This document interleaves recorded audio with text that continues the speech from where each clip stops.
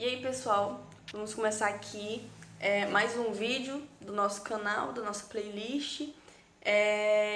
Hoje a gente vai falar tudo o que você precisa saber sobre a Era Vargas. Eu espero que você fique comigo até o final do vídeo e principalmente que você aprenda aqui comigo. Pois bem, pessoal, a Era Vargas foi um período que durou 15 anos da história do Brasil, mudou muita coisa, muitas coisas que a gente tem até hoje foram criadas, foram fundadas aí na Era Vargas, mas ao mesmo tempo também foi um período de idas e vindas, né? A gente vai dividir a Era Vargas em 3 fases, que eu vou explicar para vocês cada uma delas. E também, antes mesmo de começar o vídeo, eu quero pedir que você, se esse vídeo te ajudar, se ele for útil para você, deixe um like e compartilhe esse vídeo ou comente sua dúvida aqui comigo para que eu possa esclarecer caso você tenha alguma dúvida. Mas basicamente, pessoal, a Era Vargas foi um período da história do Brasil que foi de 1930 a 1945. Primeira coisa, não achem que o fim da Era Vargas é o fim do Vargas na história do Brasil, porque depois que a Era Vargas terminar, ainda vai passar um tempo, né, 5 anos, e o Vargas vai voltar a ser presidente do país. Então, só deixando claro, né, porque muita gente já ouviu falar no suicídio do Vargas e de tudo que aconteceu. Não vou falar tudo até o final agora, porque ainda vai ter muita treta até lá. E antes mesmo de começar, eu acho que é necessário falar primeiro da figura de Getúlio Vargas, porque acho que se a gente falar um pouco sobre a personalidade dele, a gente vai fazendo uma caricatura na nossa cabeça que é mais fácil para a gente memorizar. E também porque o Vargas é uma figura muito controversa. Os historiadores não sabem se gostam ou se desgostam, se ele era de direita ou se ele era de esquerda. Ele era um homem de fases, tá, pessoal? Ele tinha os seus momentos, ele fez várias medidas positivas, várias coisas negativas, afinal ele foi um ditador. Então ele é uma figura bastante controversa. O que você precisa lembrar que vai te ajudar muito para entender esse resumo? O Getúlio Vargas era uma pessoa muito esperta, uma pessoa muito calculista e uma pessoa que gostava muito de poder. Por quê?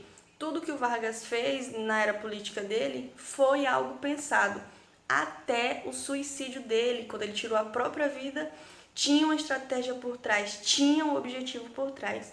Então não achem que o Vargas fez as coisas por acaso, que ele tá ali meio solto na política, que ele não tinha controle sobre nada, porque ele tinha muito controle sobre as coisas e ele era muito apegado ao poder. Tanto que vocês vão perceber durante o resumo, toda vez que chegar perto da hora que o Vargas vai ter que largar o poder, acabou o mandato dele na presidência, ou pedem uma nova constituição, toda vez que chegar perto de um momento em que ele vai ter que largar o poder, ele mete um golpe de Estado para continuar no poder. Tanto que o cara vai ficar no poder 15 anos governando o Brasil, vai ficar, depois, né, que acabar a Era Vargas, ele ainda vai ser candidato, ainda vai ser eleito como senador e ainda depois vai ser presidente de novo. Então Vargas ele vai estar presente na nossa política desde 1930 até a morte dele em 54. Mas antes disso, vamos entender o que estava acontecendo no Brasil e no mundo, né? O que levou o Vargas a chegar no poder. Essa primeira parte do resumo vai ser a mais chatinha porque a gente vai falar mais da questão política. Como que o Vargas chegou na presidência, como que ele chegou no poder e como que ele se manteve. Se você sobreviver à primeira parte do resumo, aí a gente vai chegar na parte mais tranquila, que a gente vai entender as medidas trabalhistas, as mudanças que ele fez na educação, enfim. A primeira parte é um pouco mais chatinha, então tenha paciência, mas ela é muito importante. Vamos lá, pessoal. O que estava acontecendo no Brasil e no mundo nos anos 20 aí, antes do Vargas chegar no poder? Primeiramente, a Primeira Guerra Mundial. A Primeira Guerra Mundial tinha acabado e a Europa estava um cenário bem de destruição, né? Ainda por cima teve a crise de 1929, que foi a quebra da Bolsa de Valores de Nova York, crise econômica que abalou o mundo inteiro. E além disso, no Brasil, o pau estava quebrando nos anos de 1920. Por quê? caso vocês não saibam ainda, o que estava acontecendo no Brasil era a república oligárquica, que era aquele sistema político que tinha um tanto de fraudes. Eu vou fazer um vídeo falando sobre isso, mas basicamente Minas Gerais e São Paulo estavam lá no café com leite, revezando o poder. Vai ter um vídeo sobre isso aqui. Tô dando minha palavra. E porque se vocês tiverem dúvidas, aí vai ter um vídeo sobre isso. Mas isso não agradava a todo mundo, porque as pessoas não tinham participação na política. Então houve as revoltas no Brasil, né? Tava tendo muitos movimentos operários, né? Dos operários, dos trabalhadores, pedindo direitos básicos. Teve também a Semana de Arte Moderna, que muitos artistas estavam vendo e pensando o que era ser brasileiro de verdade. Teve também, em 1922, a criação do Partido Comunista aqui no Brasil. Também teve a Revolta dos Tenentes, tenentismo, enfim, vários movimentos de pessoas pedindo direitos, pessoas insatisfeitas com a condição que o Brasil estava.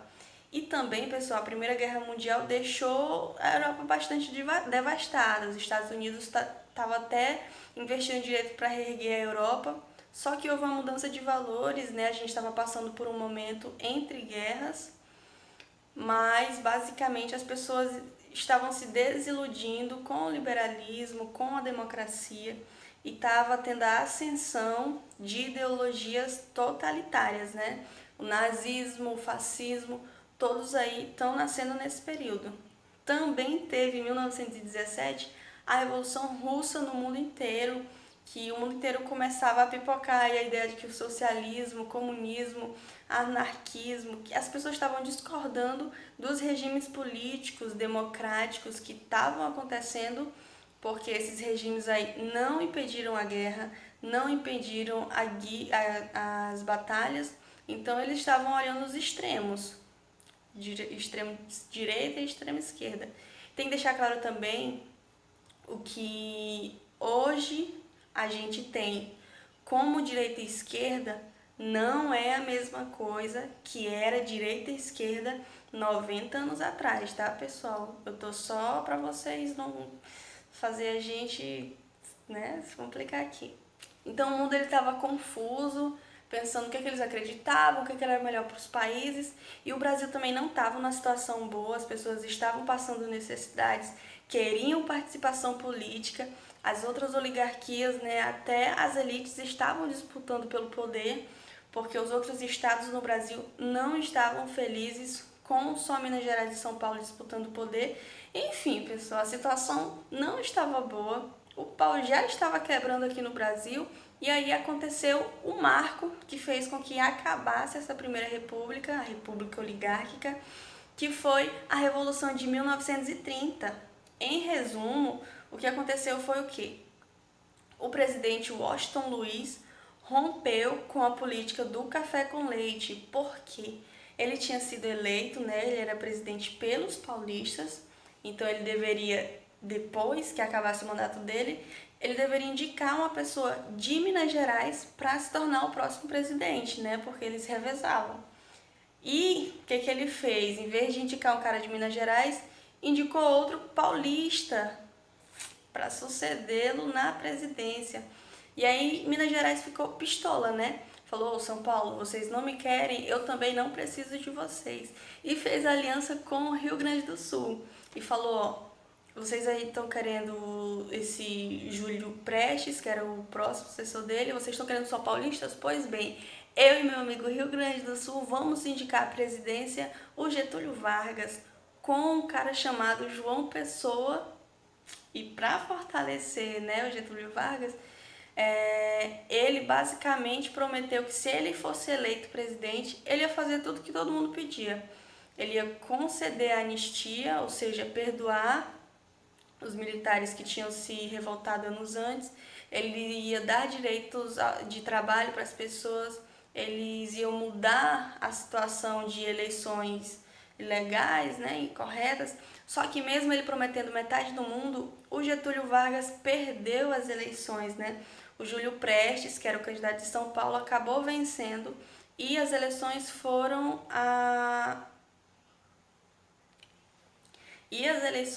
corruptas de ambos os lados, né? Até que, do nada, por um motivo pessoal da vida dele, o João Pessoa, que seria o vice-presidente Getúlio Vargas, foi assassinado. Ele foi assassinado por causa de uma disputa de terras, um motivo pessoal assim, nada a ver com política, mas o Getúlio Vargas e seus amiguinhos viram isso uma oportunidade de falar que o assassinato do João Pessoa foi um crime político. E assim conseguiriam um motivo para dar um golpe de Estado. Então eles mataram o Júlio Pessoa, é oposição, é oligarquia, é cheio de oligarquia. Juntou um tanto de gente e falou: vou pro Rio de Janeiro tomar o poder. E aí saiu todo lindo do Rio Grande do Sul, subindo, e aí, junto com o apoio de várias pessoas que estavam querendo mudar aquela situação. E os militares, vendo aquela situação toda, tiveram muito medo que houvesse uma guerra civil, porque estava tendo confronto, né? O pessoal estava brigando mesmo. Então, por medo de que ocorresse uma guerra generalizada, um conflito muito maior do que já estava tendo, o exército fez um golpe, tirou o presidente do poder e colocou Getúlio Vargas no lugar. Então, basicamente, essa foi a Revolução de 1930. Por conta dessa questão das eleições, assassinato de João Pessoa, acabou que houve um golpe de Estado e Getúlio Vargas se tornou o presidente do país. Começou a governar o país, o Brasil. Mas agora, pessoal, uma questão importante que pode ser que caia em uma prova que você vai fazer. Quando Getúlio Vargas estava se candidatando à presidência, ele prometeu muita coisa, prometeu que as pessoas teria votos secretos, direitos trabalhistas, ia investir na indústria. Ele prometeu um tanto de coisa.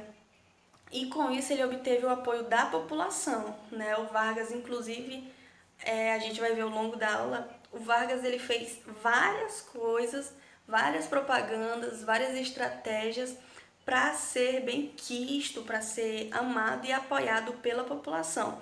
Mas, mesmo tendo prometido meio mundo e mesmo tendo feito durante todo o poder dele essa propaganda de Vargas ama o povão, a chegada do Vargas no poder não significou que a maioria da população ganhou participação política. Muito pelo contrário, porque ele vai instalar ali a ditadura. Então, essa questão pode sim cair na sua prova que eu vou explicar para vocês. A Revolução de 1930 não significou a chegada do povo no poder e nem mudanças radicais nas estruturas sociais do país. Se você está estudando a história do Brasil atualmente, você já deve ter visto que essa é uma tendência que vai se mantendo durante toda a história do nosso país. Troca governo, sai governo, entra república, entra monarquia, entra Império de Dom Pedro, tudo. Eles fazem de tudo para fazer mudanças políticas, mudanças econômicas, sem mudar a estrutura social do Brasil. A elite vai se manter no poder, vai se manter ainda tendo interferência na política, a estrutura social não vai se alterar. Os trabalhadores até vão ganhar direitos, vão ganhar uns mimos aí do Getúlio Vargas, mas ele vai fazer todas as reformas econômicas e sociais sem mudar essa estrutura social, tá? Questão muito importante. E vamos ao início do mandato. Tá, a Era Vargas, como eu mencionei com vocês, ela vai ser dividida em 3 fases. A primeira vai ser o poder provisório, né, que é entre 1930 e 1934. E a segunda fase vai ser o governo constitucional, que vai ser entre 1934 e 1937. E a terceira fase vai ser a ditadura do Estado Novo, que vai ser entre 1937 e 1945. Vamos começar.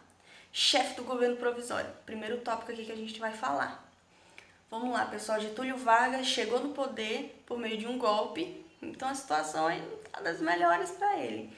Por mais que ele tivesse o apoio, né, de várias pessoas, ele ainda precisava segurar que ele se mantivesse no poder, porque a galera que ele tirou não estava feliz, estava querendo voltar. Então vamos pensar aqui, qual que é o Brasil que estava lá quando Vargas chegou no poder? Era um Brasil oligárquico, era para ser onde cada estado tinha sua oligarquia, seu grupo de pessoas que comandava ali, que mandava, fazia o que bem entendia, e o governo central do presidente não chegou no poder comparado a isso. Tem um cara que descreve perfeitamente isso, que eles dizem que faltava poder público e sobrava poder privado. Então, quando Getúlio Vargas chegou no poder, ele tratou logo de enfraquecer essas oligarquias para que a figura do presidente se tornasse uma figura mais importante do que era e para que ele tivesse o poder, né? Para não enfraquecer, para enfraquecer eles. Porque ele que era o forte ali. E não era só ele que queria isso, as pessoas que apoiaram Getúlio Vargas, elas contavam com que ele fizesse isso. Apoiaram Vargas justamente para que ele fizesse isso, para que ele desse mais participação política para os outros e tirasse essas oligarquias aí do poder, deixasse esses folgados tudo lá de fora, porque eles achavam que podia fazer o que fosse, mas não era assim. Então vamos ao plano mirabolante de Getúlio Vargas para tirar o poder das oligarquias. Vamos pensar como que as oligarquias conseguiam se manter no poder. Primeiramente, por meio de eleições fraudulentas, né, onde o voto era aberto. Então todo mundo sabia em quem todo mundo votava. Se ele comprou votos, se ele ameaçou pessoas, ainda colocava gente morta como sendo eleitor, falsificava as eleições, enfim, era maior fafafá. Outra coisa, os coronéis colocavam no governo, né, colocavam para trabalhar com eles pessoas de confiança, parentes, amigos, né, nepotismo. Então eles mantinham só pessoas que iam apoiá-los trabalhando no governo e também por meio dos governadores, né, os estados que no tempo que Getúlio Vargas chegou no poder, os estados tinham uma certa autonomia. Então, os governadores tinham um poder considerável. Então, como que Getúlio Vargas vai acabar com as oligarquias? Acabando com esses três pés aqui. Ele acabou com as eleições fraudulentas, então ele instalou o Código Eleitoral. Então, agora o voto é secreto, ninguém sabe quem votou, e ele colocou também o voto feminino, isso é muito importante, isso foi em 1932, que foi instituído em 1952 o voto feminino. Então ele também colocou a justiça eleitoral, que era para fiscalizar, para não acontecer nenhuma anormalidade, nenhuma fraude, nenhuma corrupção nas eleições. Eita. Outra coisa, no governo Vargas, assim como em outros do Brasil, o voto para analfabetos não era permitido. Os analfabetos não podiam votar. E eu acredito que já tenha caído no Enem que só 2 constituições permitiram que os analfabetos votassem, que foi a primeira e a última. A primeira de todas e a última, que é a nossa Constituição atual de 1988. Por quê? Porque durante quase essa período do Brasil, os analfabetos não podiam votar, porque Getúlio Vargas que vai instalar a educação pública. Então, antes não tinha educação pública. Quem tinha acesso à educação era quem tinha dinheiro. Dinheiro para conseguir, né, contratar professores e tudo mais. E muitas vezes dinheiro até para sair do país para poder estudar. Então, falar que só pessoas alfabetizadas podiam votar, basicamente era falar que só pessoas ricas poderiam votar. Porque só tinha acesso à educação quem tinha dinheiro. Então, tirar o voto dos analfabetos era, a curto e grosso modo, uma forma de impedir os pobres de votarem, né? De votarem, de participar na política e fazer com que a elite, só ela tivesse participação na política e a elite votava nela mesma, a elite mandava, enfim, ficava aí essa ordem social que ninguém tinha coragem de mexer. E agora, outra coisa que faziam com as oligarquias que tivessem outro poder, Os governadores, né, os estados tinham uma certa autonomia, os governadores eles eram importantes e também eles escolhiam quem fosse com ele fazer parte do governo. Então, quem que o Getúlio Vargas vai fazer? Ele vai diminuir o poder dos estados, a autonomia dos estados, né? Então, os estados brasileiros eles vão ficar cada vez mais dependentes do governo. O governo vai ser centralizado, o poder centralizado, e também Getúlio Vargas vai tirar essas pessoas do poder e colocar interventores, colocar para governar os estados pessoas da confiança de Getúlio Vargas e que principalmente militares, que foi uma forma, né, de Getúlio compensar, agradecer aos militares que fizeram o golpe e colocaram ele no poder. E outra, anos depois, não vai ser agora, mas daqui a alguns anos, Getúlio Vargas vai instituir também o concurso público para definir os funcionários públicos. Por quê? Porque agora com o concurso público, quem trabalhar no governo são pessoas capacitadas, né, que tiram nota boa na prova, que entram por mérito e não por favoritismo, por nepotismo, não por indicação. Então, por grande parte, isso vai ajudar também as oligarquias a perderem o seu poder. E como vocês devem imaginar, elas não estavam nada felizes com essa situação. Né? Que eles estavam acostumados a mandar no que eles quisessem, a fazer o que eles quisessem, e agora Getúlio chegou e falou, não. E quem estava mais revoltado nessa situação era o estado de São Paulo, porque São Paulo era o centro da economia do café, né? Naquele momento era o momento que mais era o local que mais movimentava a economia do Brasil. Então São Paulo tinha essa crítica porque eles estavam com que eles carregavam a economia nas costas, que eles eram os economicamente mais importantes, mas eles não tinham participação política, né? Eles mereciam ter participação política. Não estavam completamente certos, né, nesse momento de carregar o Brasil nas costas, mas também não estavam errados, né? E com isso São Paulo ele foi o auge desse conflito entre os estados e o governo Vargas, que foi a Revolução Constitucionalista de 1932, que foi quando São Paulo fez um conflito armado mesmo, uma batalha que foi 3 meses de conflito, pessoas morreram.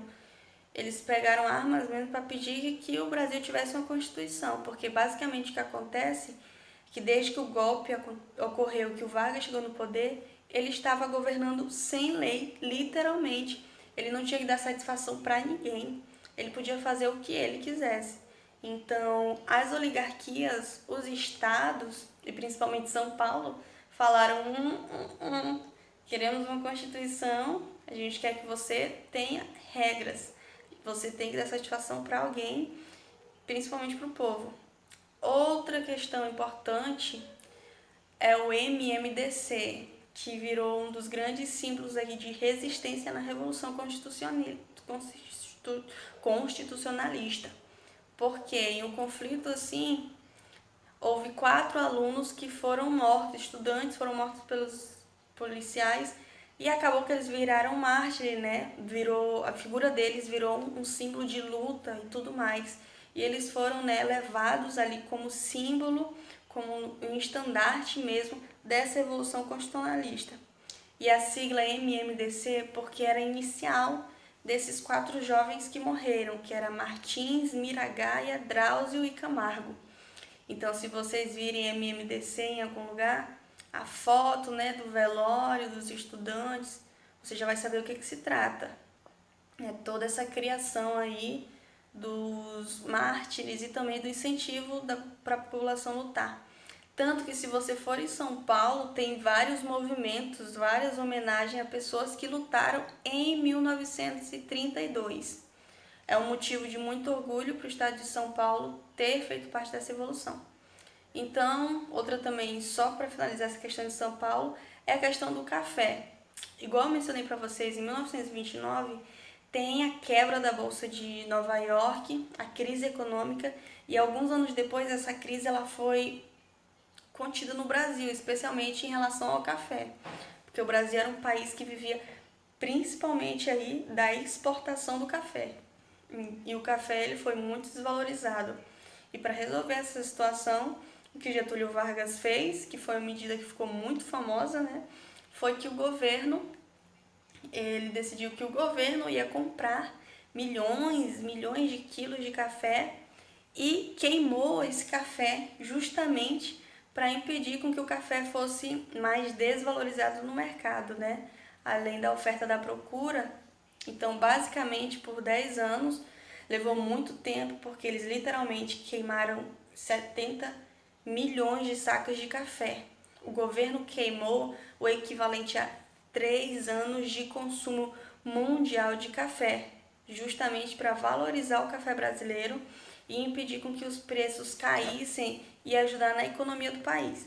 Mas, não podendo esquecer do desfecho da Revolução Nacionalista, acabou que 3 meses de conflito, São Paulo foi vencida. Entretanto, mesmo que eles tenham sido derrotados na batalha, acabou que eles foram muito importantes para que a Constituição de fato acontecesse, né? Getúlio Vargas não queria caçar briga com São Paulo, ele percebeu realmente que vários outros estados ali se juntaram a São Paulo, apoiaram São Paulo, então ele falou, ok, vamos conversar aqui para a gente se acertar. Então Getúlio Vargas chamou uma Assembleia Constituinte para, enfim, fazer uma lei, uma Constituição aqui no Brasil, que foi a Constituição de 1934.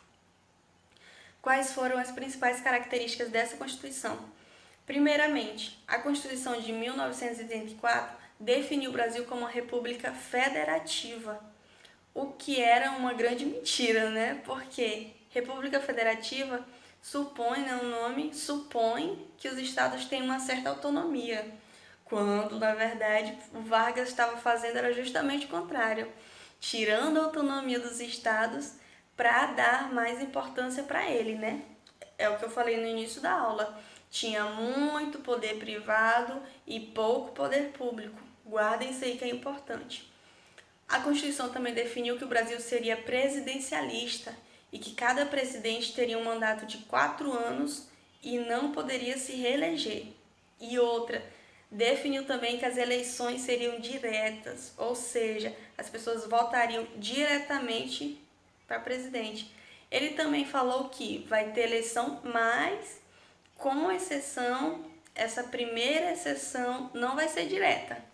As pessoas não vão votar de primeira. A próxima eleição vai ser direta, mas essa agora, indireta. E adivinhe, ele mesmo foi eleito presidente no dia seguinte. Conveniente, né, pessoal? Então, falando pra vocês guardem. Getúlio Vargas, se tá pensando que ele tá aqui, ele já tá lá, ele é esperto, ele não largou o dele. A Constituição de 1930, ela foi oficializada porque ela oficializou o Código Eleitoral de 1932. Ela trouxe o voto secreto, né? Trouxe o voto feminino, que foi oficializado na Constituição. A primeira vez que as mulheres votaram foi alguns anos depois. E aí tirou o voto dos analfabetos, manteve o analfabeto sem direito de votar. Tudo isso que eu já contei para vocês. Ele também instituiu o ensino primário e obrigatório, mas sobre as medidas do sistema educativo Vargas, que a gente vai falar mais pra frente. E ele colocou alguns direitos trabalhistas, mas isso também a gente vai falar um pouco mais pra frente. Agora a gente tá matando a parte chata para depois a gente fazer uma parte mais tranquila do resumo. E agora a gente acabou a primeira fase da era Vargas, né, que foi a fase do governo provisório. Por quê? Agora, a partir de 1934, tem uma Constituição. Então vai ser o governo constitucional, porque Getúlio Vargas agora tem que prestar contas porque a Constituição agora tem uma lei que manda nele, ele não pode mais fazer o que ele quer. Mas já vou dar um spoiler para vocês. Isso não vai durar muito, porque quando chegar a hora de ter novas eleições, quando chegar a hora do Vargas perder o poder, ele vai meter o golpe e não vai sair do poder. Tô falando pra vocês, o bicho é esperto. Dei uma pausa aqui pra beber água porque eu tô falando muito continuamente. Tem que aguente, né? Quem aguenta? Ninguém. Mas agora a gente vai entrar no governo constitucional. Mas durante a República Constitucional houve muita mudança no Brasil, porque as oligarquias estavam perdendo poder, os militares também estavam perdendo poder e a população em geral ela estava encontrando formas de ser bem representada, especialmente partidos políticos. E aí, nesse contexto, a gente vai ter que entender dois movimentos políticos que foram muito importantes, que foram a AIB e a ANL.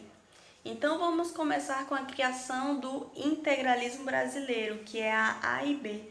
Foi um movimento criado por um cara chamado... Esqueci o nome do cara. Plínio Salgado, mas não precisa decorar o nome dele, ele era um homem de Plínio Salgado.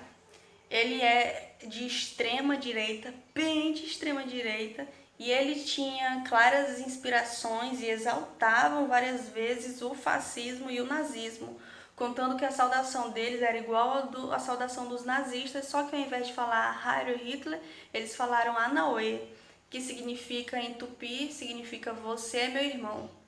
A sigla que vocês vão precisar decorar é AIB, que é a Ação Integralista Brasileira.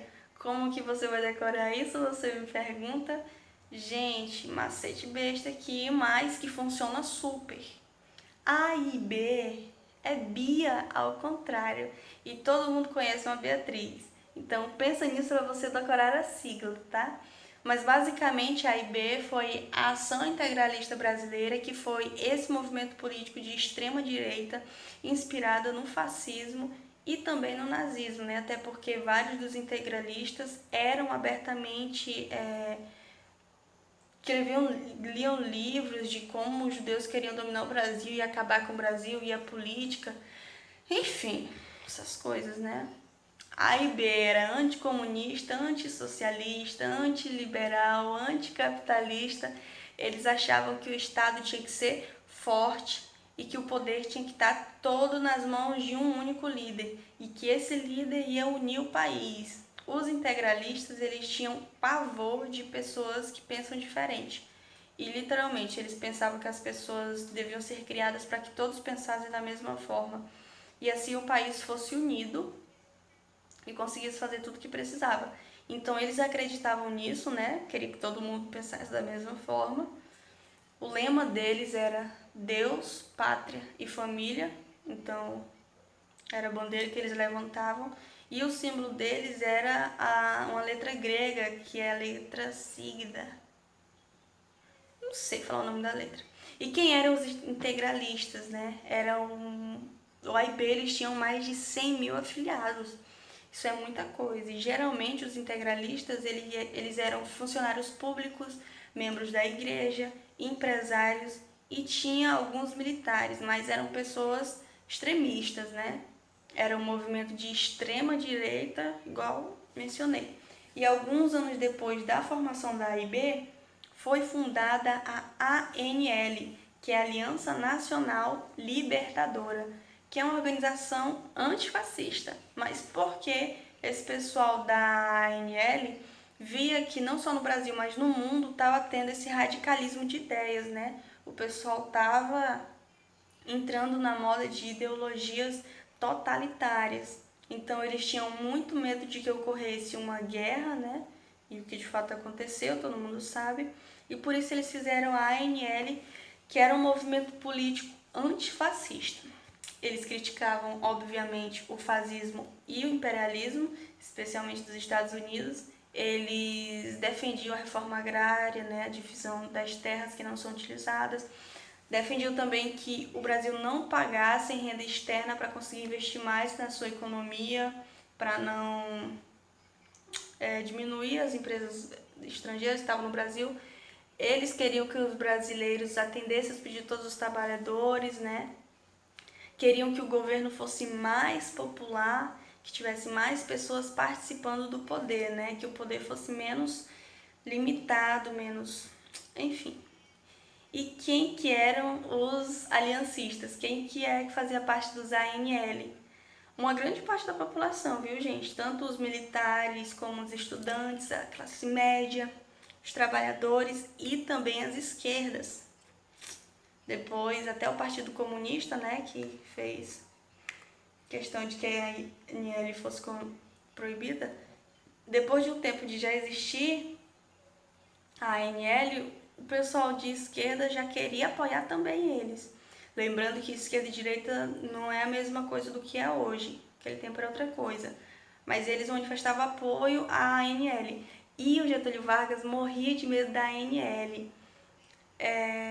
Tanto que teve uma operação brasileira que apoiou Getúlio Vargas, ajudou Getúlio Vargas a dar o golpe, a estar no poder, mas a Aliança Nacional Libertadora, a ANL, dava um nervosinho aí no Vargas, porque ele temia a participação do pessoal no governo, queriam reforma agrária, enfim, queriam um tanto de medidas que o Vargas não estava a fim de dar, não. E quando o Partido Comunista apoiou a ANL, aí sim o Getúlio Vargas teve uma desculpa para fechar, para declarar que a ANL estava ilegal, para acabar com aquilo tudo. E já que a gente está falando de partidos comunistas, vamos falar da Intentona Comunista, tendo em vista que esse é um nome pejorativo que foi dado posteriormente para o movimento. O que foi? Foi uma série de revoltas, de movimentos que aconteceram em 1935 em vários lugares do país. Começou em Natal e várias outras cidades tiveram movimentos aí, insurreições comunistas para instaurar um novo regime no Brasil. Só que não rolou, não deu certo. E uma liderança muito importante da União Comunista é um nome muito, não precisa decorar, não precisa se lembrar, que foi o Luiz Carlos Prestes. Esse cara ele já era uma figura muito importante para os brasileiros. Ele era uma pessoa muito bem vista. Por quê? Porque ele fez parte... Perdão, gente, perdão. Tá, ele era uma figura muito importante para os brasileiros. Ele era uma pessoa muito benquista. Por quê? Porque ele fez parte da coluna Prestes, que foi uma coluna que pedia melhores condições de vida, de trabalho das pessoas. Então ele era muito respeitado. Só que aí, ao longo dos anos, ele foi aderindo ao comunismo. Então ele fez parte aí, né, foi chamado, inclusive como uma forma de homenagem, chamá-lo para presidir a ANL. E a ANL foi proibida justamente quando Luiz Carlos Prestes declarou que apoiava ela. Ele fez parte, foi uma das lideranças aí para esse movimento, para essas insurreições que ocorreram pelo Brasil. E uma coisa, inclusive, que ficou muito famosa na cultura popular, principalmente por conta do filme, foi a questão da esposa dele, a Olga, porque a Olga Benário, que era uma moça que foi enviada pela Rússia para o Brasil para ajudar a fazer esse movimento, eles acabaram se apaixonando, ela engravidou, só que quando o movimento foi descoberto, e enfim, Vargas começou a perseguir a sua posição, o Luiz Carlos Prestes foi preso e a Olga foi deportada lá para a Alemanha. E a Olga, ela não só era comunista, mas também uma judia. Então o caso dela ficou muito famoso porque Getúlio Vargas sabia, obviamente, o que ia acontecer com ela e escolheu deportá-la para a Alemanha justamente porque ela foi mandada para um campo de concentração, teve o filho, estava grávida, teve o filho sozinha no campo de concentração e morreu numa câmara de gás, uma situação bem intensa, e foi a mãe do Luiz Carlos Prestes que conseguiu resgatar a bebezinha lá da Alemanha e trazer para que ela fosse criada pela família. Mas, ainda estando na questão consumista, foi muito reprimida. A maior parte das pessoas que participou desse movimento foram presas, torturadas, muitas deportadas, outras conseguiram fugir, mas o movimento foi duramente reprimido. E a partir daí vai começar o que já tinha antes, né? Mas era fortalecer o medo do comunismo, que vai ser uma coisa muito utilizada pelo Vargas e também sabe que vai traumatizar e vai fazer com que o exército tivesse um pé atrás com o comunismo. Mas o que rolou foi que os comunistas fizeram uma série de movimentos E o Vargas viu nisso uma oportunidade incrível de fortalecer o poder dele, visto que em breve ele teria que largar a presidência. Então, quando houve aí questão comunista, o Vargas colocou o Brasil em estado de sítio. Estado de sítio é uma medida extrema, em caso de extrema necessidade, que o governo federal controla o legislativo e o judiciário, ou seja, os três poderes ficam nas mãos do presidente, porque o governo federal já era o executivo, então ele controla também o legislativo e o judiciário. Então, estado de extrema necessidade, uma guerra, uma revolta, uma invasão, um desastre, o estado pode declarar estado de sítio e aí o governo vai controlar todos os poderes e pode controlar também a liberdade individual das pessoas. Então Vargas se aproveitou dessa situação para declarar estado de sítio e ele vai manter o estado de sítio por anos, mesmo depois de já ter passado aquela série de ameaças do comunista. Isso por quê? Porque isso deu para ele muito poder e agora ele não precisa mais prestar contas à Constituição. E também por conta desse medo, né, dessa ameaça comunista, o exército, que estava com um leve pé atrás com Vargas, voltou a apoiar Vargas e inclusive ajudou ele a dar o golpe, né, depois que a gente vai falar que é o golpe do Estado Novo. Então Vargas ele precisava de uma desculpa para se manter no poder. Ele incitava também que o pessoal apoiasse para que ele se mantivesse no poder, né? Porque o cara já estava lá há um bom tempo, né? Então o que ele fez? Ele inventou, a gente sabe que é mentira, mas ele inventou o famoso Plano Cohen. Cohen é um sobrenome judeu, então ainda teve um negócio, mas basicamente foi inventado, né? Hoje a gente sabe que é mentira, mas foi fraudado um plano escrito por um judeu chamado Cohen, que ele falava que ia ter uma revolta comunista e que os comunistas iam tomar o poder do Brasil, essas coisas. E aí o Vargas, tipo, quando falou isso, gente, vejam bem, eles querem tomar o poder do Brasil, a gente não pode deixar isso acontecer. E para isso não acontecer, eu vou ficar mais um tempinho no poder. Vou tomar todo o poder e ó, vou deixar para ninguém fazer nada. Podem confiar, agora a gente vai entrar em estado de ditadura para que os comunistas não entrem no poder. Então essas manobras aí políticas de falar que por medo do comunista instala a ditadura, não foram os militares que inventaram isso aí não, isso aí é bem anterior. E aí basicamente o Vargas anunciou o golpe dele, né? Anunciou literalmente na rádio em 1937, porque o Vargas criou o programa Hora do Brasil, que hoje se chama Voz do Brasil, passa todos os dias na rádio, todas as rádios do Brasil são obrigadas a passar no Brasil. E então, basicamente esse foi o golpe do Estado Novo. Inclusive, Boris Fausto fala que o Estado Novo concentrou a maior soma de poderes até aquele momento da história do Brasil independente. Então, desde a independência do Brasil, o momento em que mais teve poder na mão de um governante. Gente, mais do que na época do Império, Dom Pedro I e Dom Pedro II. Então, muito intenso para a gente pensar o tanto de poder que estava na mão de Getúlio Vargas. E para concretizar a ditadura, né, para concretizar que ele ia ficar no poder e que ninguém ia poder tirar o Vargas do poder, ele outorgou uma nova Constituição, que foi conhecida como Constituição Polaca. E a Constituição Polaca teve esse apelido por dois motivos. Primeiramente, porque ela foi inspirada na Constituição da Polônia e também na Constituição de outros países da Europa. E também, em segundo lugar, porque polacas eram conhecidas, como eram chamadas, as prostitutas do Brasil, porque naquela época a maior parte das prostitutas vinham do leste europeu, então era uma forma pejorativa de se referir à Constituição. E com essa Constituição a gente vai entrar na parte final da Era Vargas, que vai ser a ditadura do Estado Novo, 1937 a 1945. E observação muito importante, pessoal. Vamos começar com essa reflexão.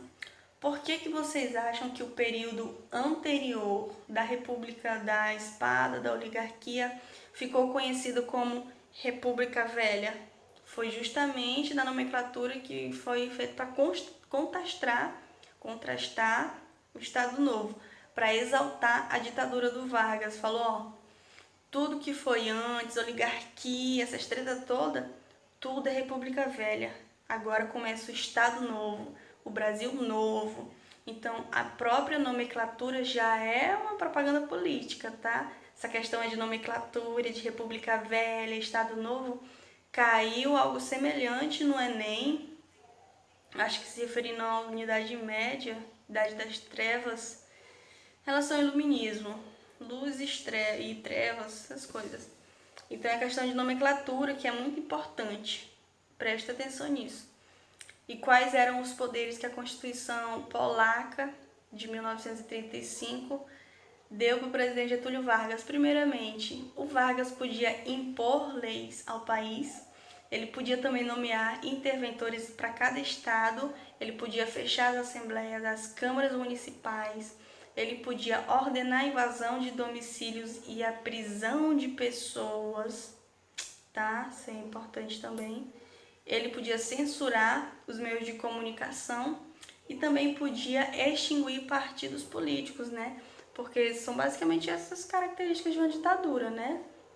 Não aceita oposição, quer estar no poder, monopolizando todos os três poderes, né? Todos os poderes na mão dele. E além disso, as próximas eleições foram suspensas, porque não tinha intenção nenhuma de dar o poder para outra pessoa. E os sindicatos passaram a ser controlados pelo governo, mas isso aí é um pouquinho mais pra frente. Então a gente vai ver agora a questão do golpe. Lembra da AIB? A Bia, ao contrário, que apoiou Vargas, ajudou eles no golpe. Extrema direita, fazer saudação igual os fascistas.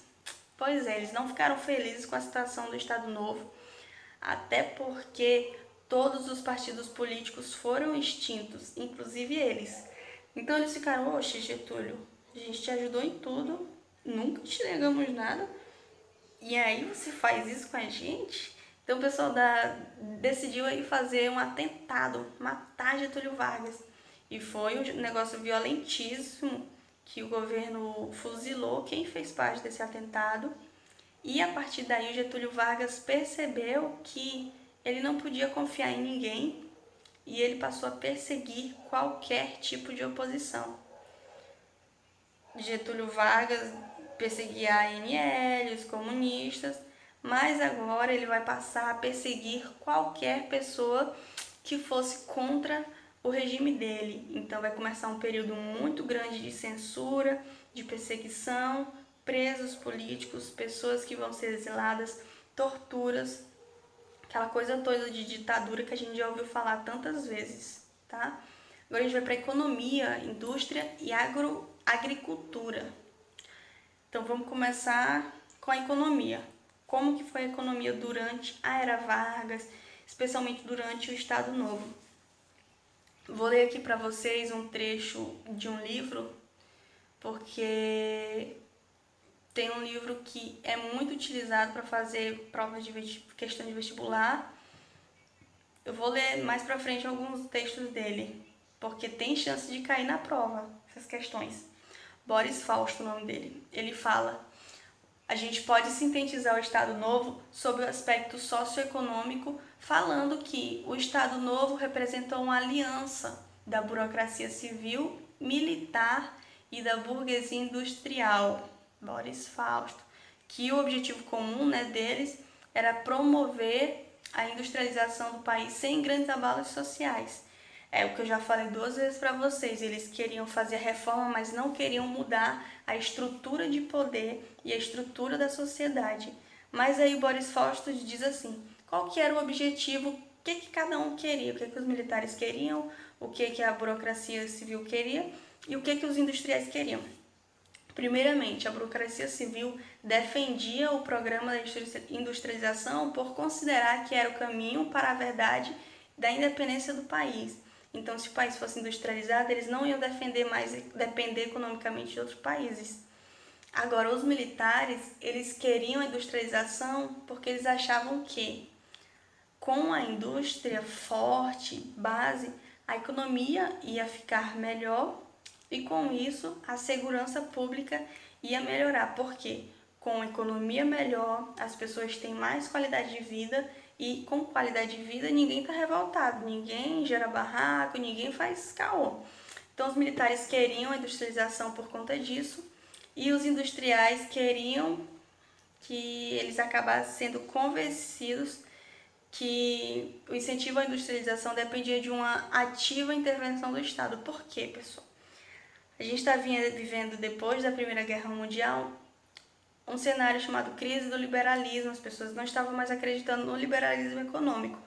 Tanto que nos Estados Unidos, eles solucionavam grandes questões com a intervenção do Estado na economia. Então, pausa para beber água, gente. Minha garganta tá muito seca, tô falando muito rápido pro vídeo não ficar tão longo, mas pelo visto tá sendo uma missão impossível. Tanto que nos Estados Unidos, por exemplo, eles solucionavam grandes problemas da crise de 29 com a intervenção do Estado, né, na economia. Então, os industriais que antes acreditavam no liberalismo acabaram sendo convencidos de que, para fortalecer a indústria, eles poderiam, né, contar com a ajuda e com a intervenção do Estado. Então, a industrialização, né, o que Boris Fausto quis dizer nesse trecho é que a industrialização ia agradar a todos, agradar a burocracia civil, que achava que com a industrialização brasileira ia ser independente, agradava os militares, que achavam que com a economia boa ia ter menos revolta, então ia ter segurança nacional, e os industriais, que perceberam que a intervenção do Estado da economia naquele momento estava ok. Então, basicamente, um dos grandes destaques aí economicamente do Getúlio Vargas vai ser a industrialização, porque o Brasil era um país basicamente monocultor, né? Vivia muito do café na época que Vargas chegou no poder. E o Brasil viveu, vocês têm que se lembrar dessa palavra, o Brasil viveu uma industrialização por substituição de importações. Por quê? Teve tanto a Primeira Guerra Mundial quanto a crise de 29. Então, os parceiros comerciais do Brasil, que antes o Brasil importava tudo, né? O Brasil não tinha tanta indústria aqui. Então, os parceiros comerciais que o Brasil comprava, ou eles estavam em crise por causa da crise de 29, ou então eles estavam quebrados por causa da Primeira Guerra Mundial. Então, o Brasil foi forçado a se industrializar para substituir as importações que eles faziam, que o Brasil fazia para esses outros países, entendeu? Por isso que é industrialização por substituição de importações.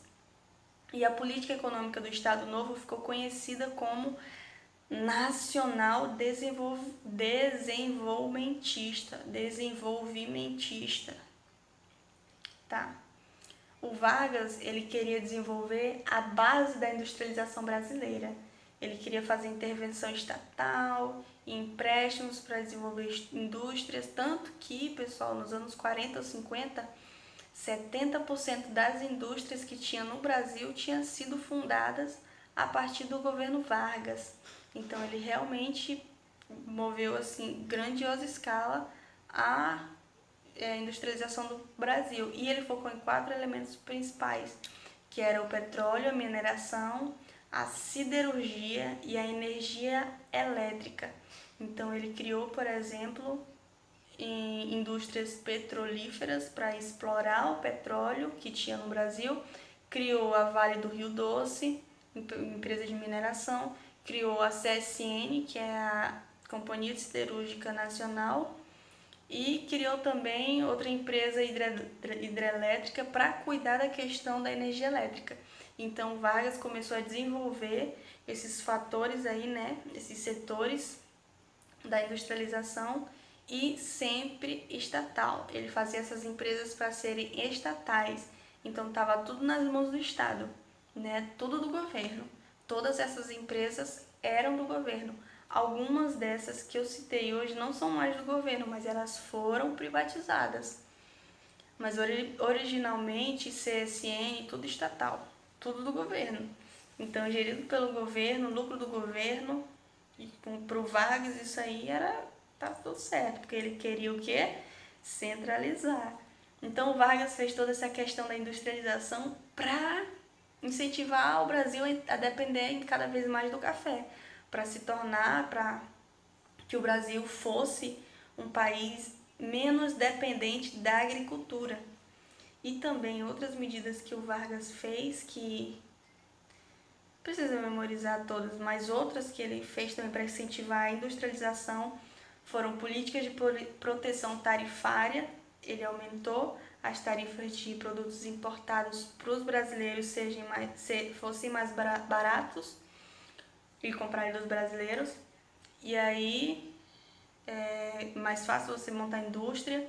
Ele fundou os juros dos empréstimos favoráveis à indústria para incentivar a circulação do dinheiro, e ele também fixou o salário mínimo. Mas, já que estamos falando de salário mínimo, vamos falar de uma das partes mais importantes da era Vargas. Essa parte, com certeza absoluta, pode cair em alguma prova para você, é o trabalhismo. Tá? O trabalhismo, política de massas e trabalhismo. Pausa para beber água de novo. Pausa para beber água. Eu tô sem voz. Eu não sei falar nada.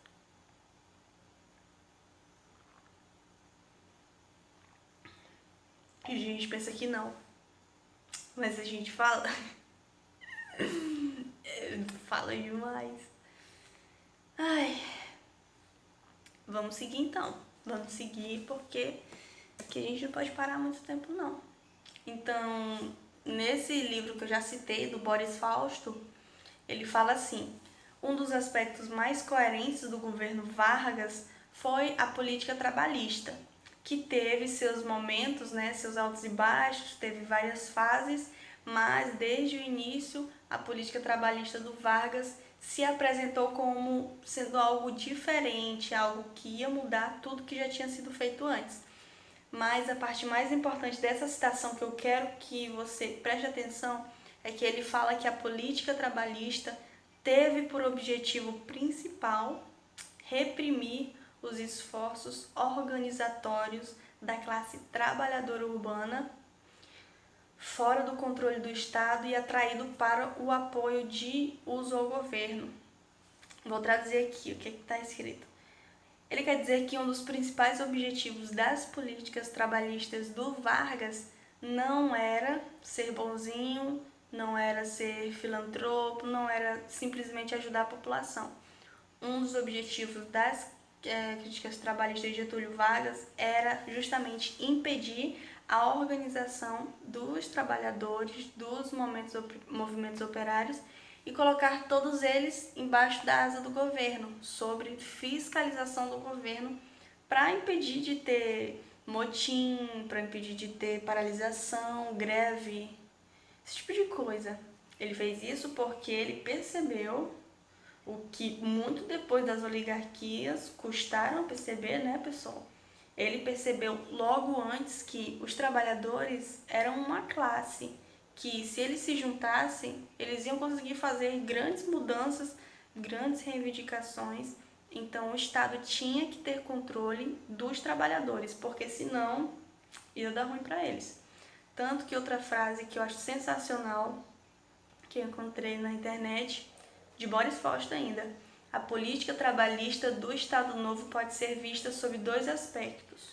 Primeiramente, os das iniciativas materiais, né, que foram as novidades, as leis, CNT e tudo, as coisas que de fato foram feitas, as concretas que foram feitas. E outro aspecto que a gente pode trazer as leis trabalhistas foi a criação da imagem de Getúlio Vargas como protetor dos trabalhadores. As leis trabalhistas, né, toda essa questão aí do trabalhismo não foi feita simplesmente como uma filantropia, uma boa vontade de Getúlio Vargas. Ele fez isso, tanto que ele fez fazer toda uma pompa para justamente criar a imagem dele de pai dos pobres, pai dos trabalhadores, para ser bem quisto pela população. O que Getúlio Vargas percebeu que as oligarquias não percebiam é que, tendo o apoio dos trabalhadores, era ter tudo. Tanto que Getúlio Vargas era considerado um governador populista, e depois outros presidentes vão tentar seguir os passos, porque eles vão perceber que, pelo apoio da população, que é o apoio dos trabalhadores, era ter o apoio de grande parte do Brasil, e que eles seriam definitivos em decisão de eleição, tudo mais. Então Getúlio Vargas ele fez todas essas políticas justamente para ter essa boa imagem dessas pessoas. Ele também começou a criar símbolos nacionais, ele criou o DIP, que é o Departamento de Imprensa e Propaganda, muito importante, que cuidava não só da censura dos meios de comunicação, mas também de fazer uma propaganda fortíssima da imagem do Vargas. Apresentava Vargas como amigo das crianças, pai dos pobres, pai dos trabalhadores, vocês estão entendendo? Amigo dos patrões também, enfim, toda essa propaganda aí de endeusar a imagem do Vargas foi feita pela Central de Departamento de Propaganda, pelo Departamento de Propaganda. E quando ele ia conceder algum direito aos trabalhadores, fazer alguma lei que beneficiasse os trabalhadores, ele fazia uma grande pompa, fazia uma cerimônia. Ele instaurou também o Dia do Trabalho, né, dia 1º de maio, que é um feriado nacional dos trabalhadores. Então ele sempre fazia uma cerimônia para que todo mundo percebesse que aquelas medidas só estavam sendo feitas porque o Vargas queria e exaltassem a figura do Vargas. Então tá, quais foram essas medidas que o Vargas fez pelos trabalhadores? São as famigeradas CLT. Se você olhar na sua carteira de trabalho, até hoje na capa está escrito que foi feito pelo Vargas. Por quê? O que hoje, não sei se você que está vendo o vídeo trabalha, mas com certeza conhece alguém que trabalha. Eu, pelo menos, não consegui imaginar a vida sem os direitos trabalhistas. O que são os direitos trabalhistas? São direitos a férias, seguro-desemprego, jornada de trabalho. Gente, jornada de trabalho acima de 8 horas por dia. A regulamentação do trabalho feminino, trabalho infantil, porque, pessoal, antes das leis trabalhistas, as pessoas simplesmente trabalhavam, literalmente, as pessoas trabalhavam 20 horas por dia em fábricas, recebendo mixaria, sem direito nenhum. Crianças de 5 anos trabalhavam em fábricas, mulheres trabalhavam também, recebiam 10% do salário dos homens, eram abusadas, estupradas em seus locais de trabalho. As pessoas não tinham nenhum direito, gente, não tinha nenhum direito, não tinha nenhuma garantia de nada, nada. Então, assim, os direitos trabalhistas foram muito importantes. E a consolidação das leis trabalhistas, né? A CLT foi justamente a consolidação, né? Colocou ali no papel bonitinho. E também o Vargas ele criou a Justiça do Trabalho justamente para fiscalizar. Porque não adianta nada colocar um plano de regra, tem que garantir que os patrões vão cumprir essas regras. Então Vargas instaurou aí os direitos trabalhistas. Mas, ao mesmo tempo, Vargas também instaurou várias medidas controladoras em relação ao sindicato, né? Igual eu li para vocês o trecho no início, quando eu comecei a falar de trabalhismo, que eu falei que Vargas ele queria controlar o movimento sindical e impedir como os trabalhadores se organizassem. Como ele fez isso? Controlando o movimento sindical, controlando os sindicatos. Por quê?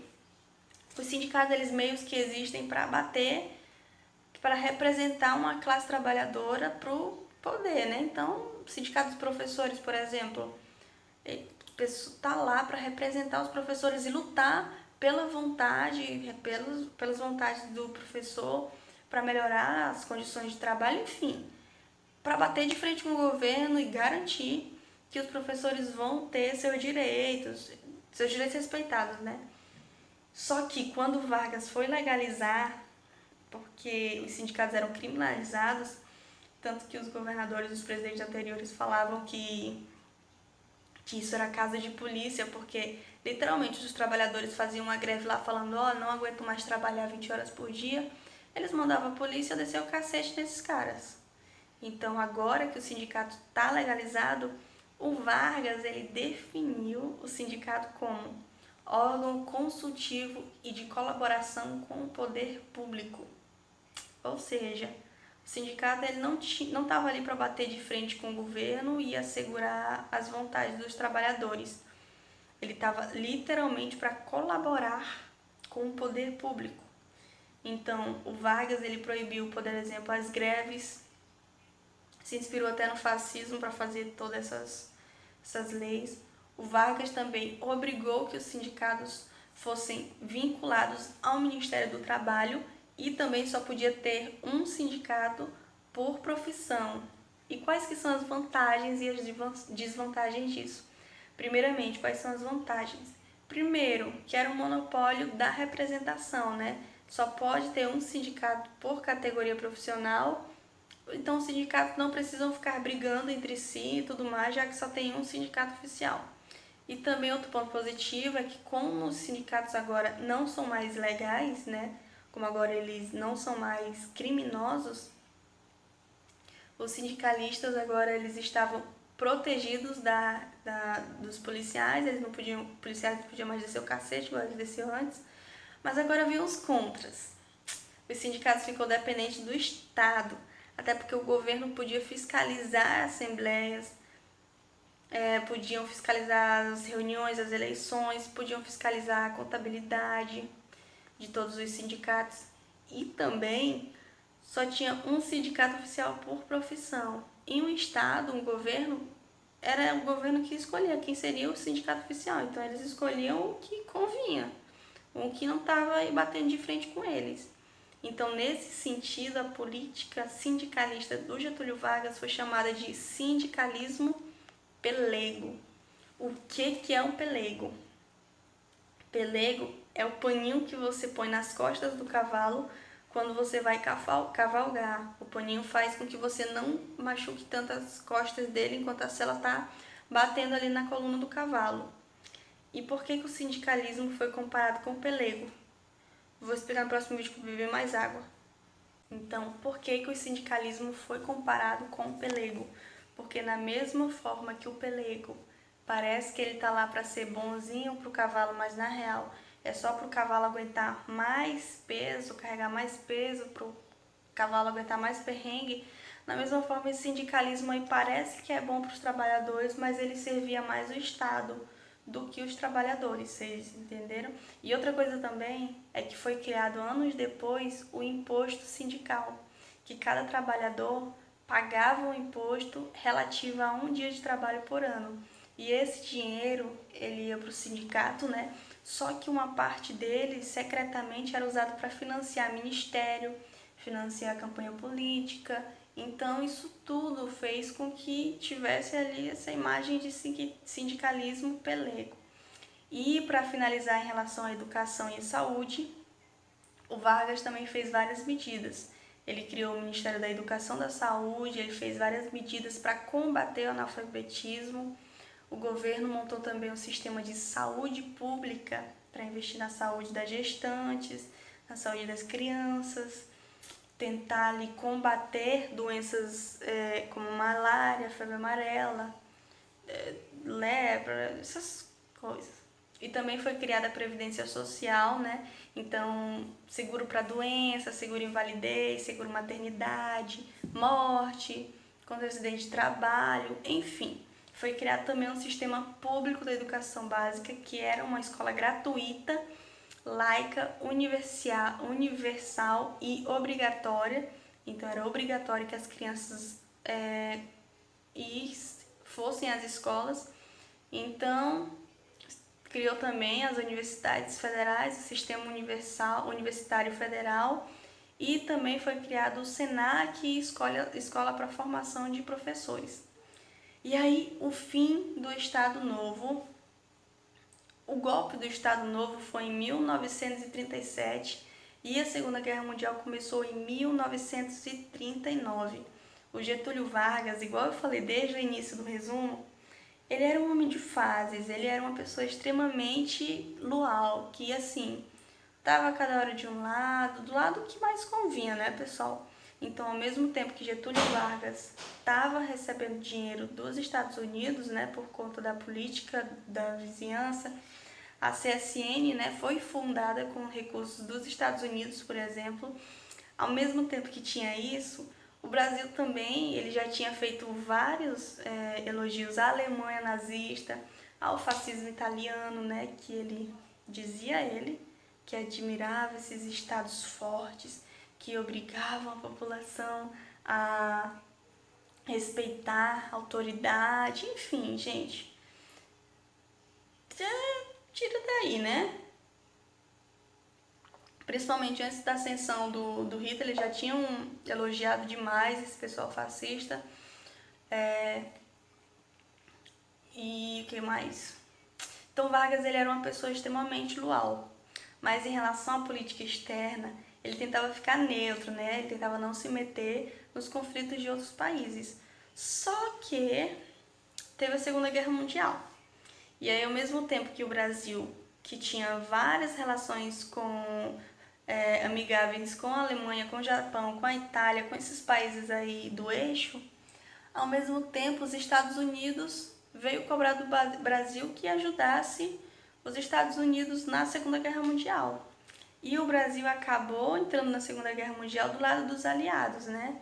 Então ele entrou junto com os Estados Unidos, até mandou soldados, né, para lutar na Itália, a fé, os cobra vai fumar, né?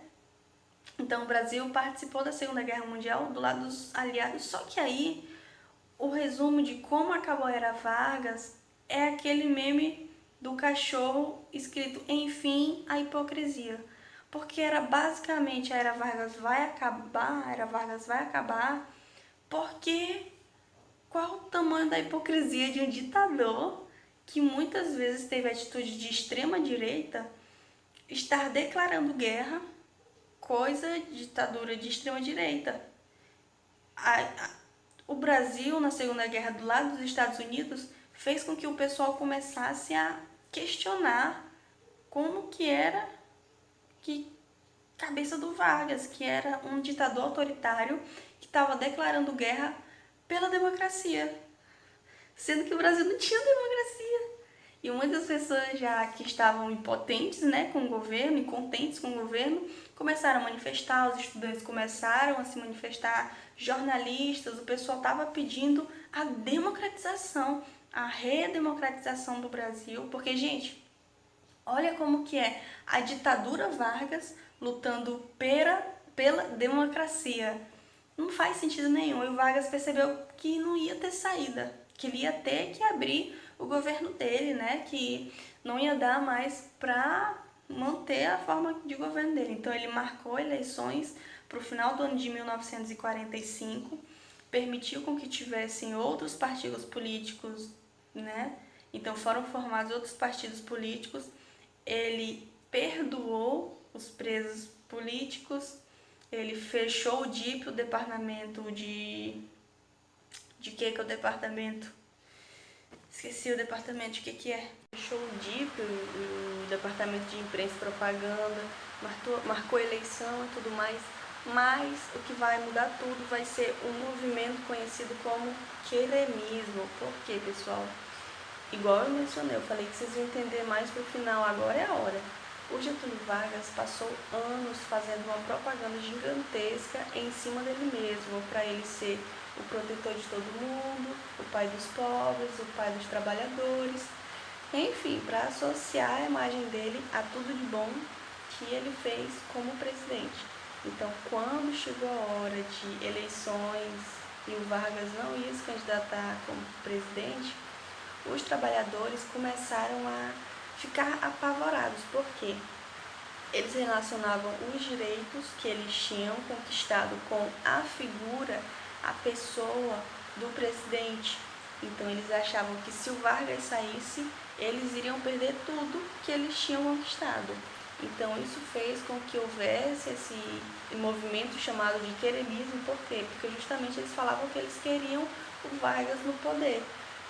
Eles queriam que o Vargas continuasse no poder justamente com medo de perder os direitos que eles tinham conquistado. Só que, aos poucos, essas lideranças aí dos trabalhadores começaram a perceber que para manter os direitos que eles tinham conquistado, não precisavam necessariamente do Vargas no poder.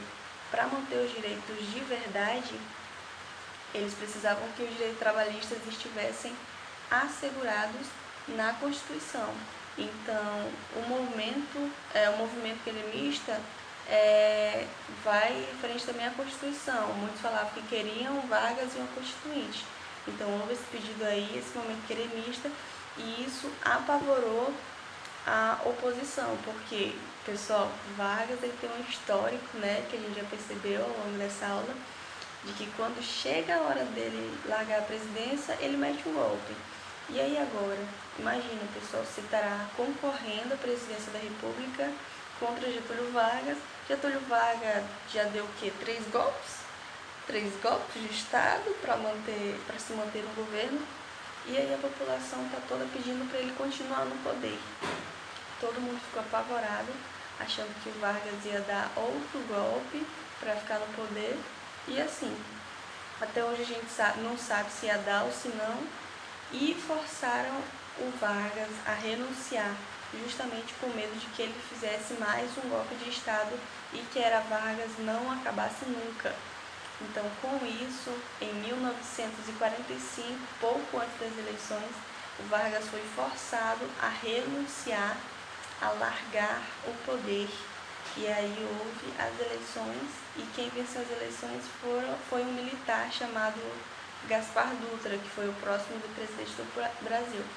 Mas, como eu mencionei para vocês, gente, não se enganem, o Vargas ele vai permanecer na política até ele morrer, porque nessas eleições ele foi eleito como senador, e 5 anos depois ele voltou e foi presidente de novo, né? Mas esse é assunto para muito, muito tempo. Mas foi dessa forma que acabou a Era Vargas. Ele foi obrigado a renunciar porque estava todo mundo com medo dele fazer outro golpe e não sair do poder de jeito nenhum. E sinceramente, capaz, né, minha gente? Pensa no homem que gosta de estar no poder. Esse homem é Getúlio Vargas. E assim terminou a Era Vargas. Começou com golpe, se manteve com golpe e terminou com outro golpe, né, pessoal? De qualquer forma, só tenho a agradecer. Muito obrigada por você que viu o vídeo até aqui. Obrigada pela paciência. E espero que o vídeo tenha te ajudado. E é isso, pessoal. Muito obrigada e até o próximo.